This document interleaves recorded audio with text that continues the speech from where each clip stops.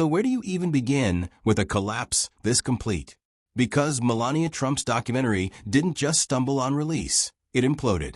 It launched with the full weight of corporate muscle, political power, and media saturation behind it, and still managed to fall flat in a way that will be studied for years as a textbook failure.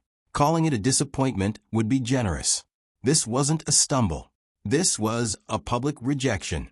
Hollywood has flops all the time. Expensive ones. Embarrassing ones. But this was different. This was a project engineered to succeed at every possible level, and still rejected outright. Not quietly, not ambiguously, but visibly, unmistakably, and at scale.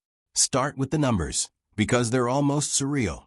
Amazon MGM Studios, one of the largest entertainment companies on the planet, paid $40 million for distribution rights alone. $40 million.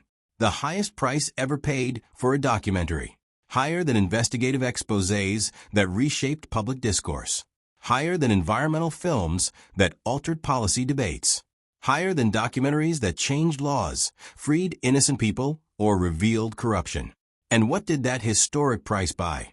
Not groundbreaking reporting. Not new insight. Not cultural relevance. It bought roughly 20 days of footage showing Melania Trump preparing for an inauguration. Meetings with no consequence. Aesthetic decisions. Carefully staged moments designed to signal importance without ever demonstrating it. This wasn't history unfolding. It was pageantry preserved. Then came the marketing push. An additional $35 million poured into promotion. Billboards. Theater bookings. International rollouts. Prestige framing. All of it driving the total investment to $75 million. $75 million spent insisting that this mattered. That number matters because money is attention crystallized. And this level of spending doesn't just reflect confidence. It reflects expectation. The assumption wasn't that audiences might show up. The assumption was that they would. Automatically. Naturally. Because of who the subject was. But expectation collided with reality. Despite opening in 2,000 theaters domestically and 5,000 worldwide, despite relentless promotion, despite direct amplification from Donald Trump himself on Truth Social, the response was silence. Opening weekend projections hovered between $1 and $5 million, with most estimates clustering around $3 million. $3 million against a $75 million investment. That's not underperformance. That's structural failure. That's the kind of result that ends careers, unless, of course, you operate in an ecosystem where accountability is optional. And the evidence was impossible to ignore. Screenshots began circulating from theater booking apps, showing entire screenings with 0 tickets sold. Not a few empty seats. Not light attendance. Entire rooms sitting untouched. Showtime after showtime. What made it more striking was where this was happening. Not just in major coastal cities, but in Florida, Texas. Deep red states where loyal audiences should have existed if they existed anywhere. And yet there was nothing. No lines. No buzz. No curiosity. Just empty theaters and quiet cancellations. That silence wasn't accidental. It was a verdict. This wasn't confusion or lack of awareness. People knew exactly what this was. They simply didn't care. They didn't want curated access. They didn't want ceremonial intimacy. They didn't want a brand exercise disguised as documentary filmmaking. They looked at it and collectively decided their time mattered more. That's when the cultural response kicked in. Jimmy Kimmel, along with other late-night hosts, began dismantling the project with surgical precision. Kimmel called it what it looked like, a $75 million bribe. Sorry, documentary.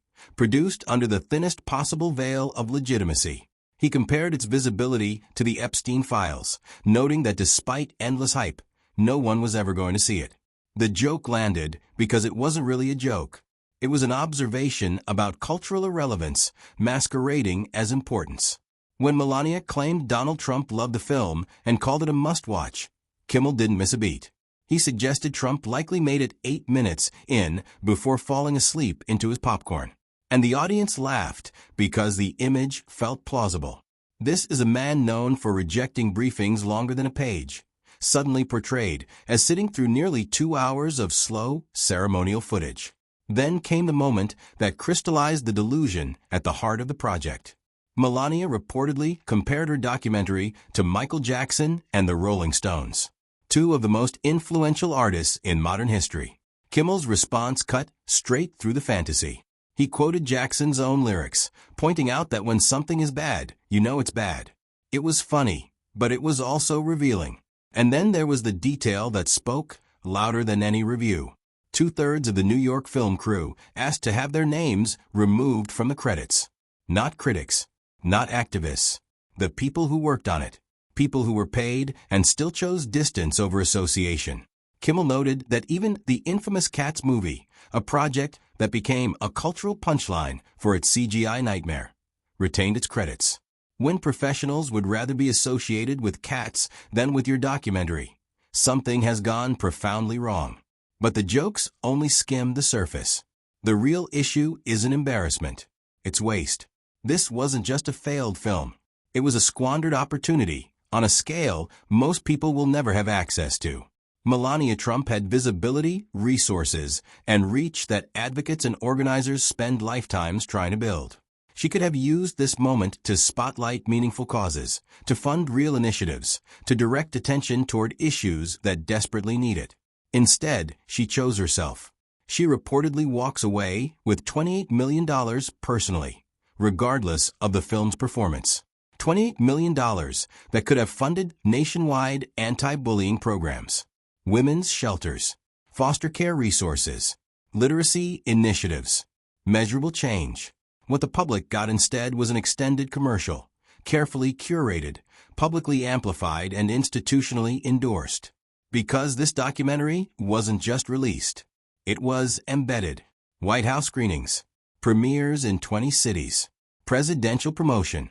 Donald Trump used the visibility and authority of the office to market his wife's for-profit product. The presidency isn't supposed to function as a promotional arm for private enrichment. And yet that's exactly how it was used. Power, access, and public trust leveraged for a product that still failed to connect. There was even a private screening at the White House itself, attended by foreign dignitaries, corporate executives, and celebrities. The People's House repurposed as a marketing venue. That's where ethics stopped being abstract. And the public recognized it immediately. This wasn't an organized boycott. There was no central campaign, no instructions, no rallying cry.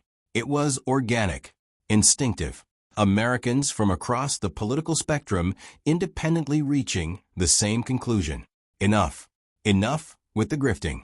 Enough with the branding. Enough with being told to care about things that don't improve their lives in any way. Enough with watching people at the top extract value, while everyone else absorbs the cost. People are tired. Not confused. Not misinformed. Tired. They're tired of narcissism being framed as leadership.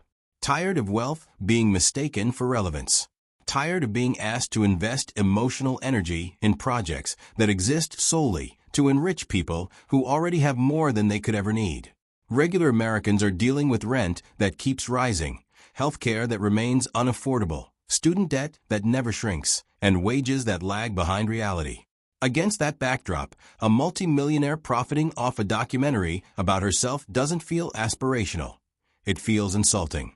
When families are choosing between groceries and utilities, when people live one emergency away from collapse, and the response from the top is red carpet premieres and self-congratulation, the disconnect becomes impossible to ignore.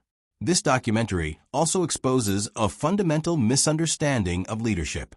People don't want ceremonial intimacy. They don't want access to decor decisions or scripted meetings. They want outcomes. They want progress. They want leaders focused on solving problems, not documenting themselves. Melania Trump had the platform to do that. She chose not to. Even stripping away politics entirely, the content itself raises an unavoidable question. Who was this for?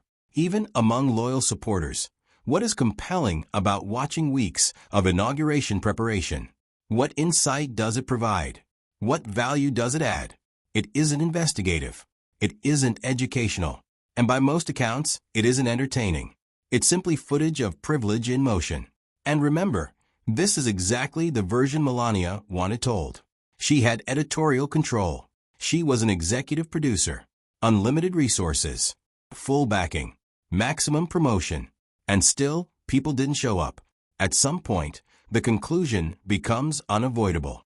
The problem wasn't timing, or marketing, or competition. The problem was that nobody wanted what was being sold. The controversy deepens further when you consider the director choice. Brett Ratner, who faced multiple sexual assault allegations in 2017, was selected to helm the project. That wasn't incidental. It was a decision, and it raises serious questions about judgment and values. Online, the reaction followed. Review bombing on platforms like Letterboxd wasn't random cruelty. It was protest. A way for people to register rejection using the tools available to them. What makes all of this more frustrating is how unnecessary it was. Melania and Donald Trump could be listening. They could be addressing real concerns. They could be engaging with reality. Instead, they're hosting premieres. Infrastructure is crumbling. Schools are underfunded. Healthcare remains inaccessible for millions. Climate impacts are accelerating. Inequality continues to widen. And audiences are expected to care about a documentary showing Melania Trump preparing for an inauguration. That's why it failed. That's why theaters are empty. That's why people walked away. Americans are capable of recognizing when they're being sold something they didn't ask for. They can spot propaganda dressed up as prestige. And they're fed up enough to reject it outright. $75 million were spent reinforcing the idea that power is something to be monetized rather than exercised responsibly. That money represents a worldview, one deeply disconnected from the priorities of ordinary people. If Melania truly wanted to make a difference, the paths were endless. She could have funded programs, elevated voices, supported children's initiatives she publicly claimed to care about. But she didn't. She made a movie about herself. And the public responded by staying home. They voted with their attention, their time, their money, and the verdict was unmistakable. And that verdict matters more than any headline or late-night punchline, because attention is the real currency now. Not box office numbers, not red carpets, attention. And this time, the public refused to spend it. What makes this moment so revealing is that it breaks a long-standing illusion. That fame alone guarantees interest. For years, the Trump brand operated on the assumption that visibility equals relevance, that controversy automatically converts into engagement, and that saturation can replace substance. This documentary was built entirely on that logic. And that logic failed. Because people aren't just scrolling anymore. They're filtering. They're choosing. And when something feels hollow, self-serving, or detached from reality, they don't argue with it. They ignore it. Silence becomes the loudest response. That's what happened here. No cultural conversation followed the release. No debates. No think pieces wrestling with its ideas. No moments that demanded attention.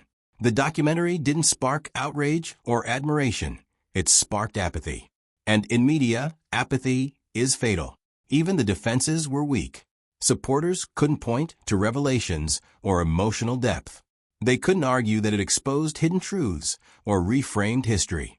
The best they could offer was loyalty. And loyalty without value doesn't scale. This is where the project misread the moment entirely.